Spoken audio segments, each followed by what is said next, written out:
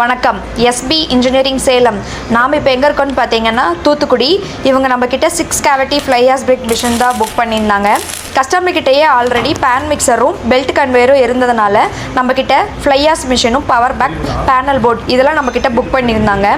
இப்போ ஃபிட்டிங் ப்ராசஸ்லாம் முடிஞ்ச உடனே நம்ம கல்லடிக்க ஸ்டார்ட் பண்ணிடலாம்.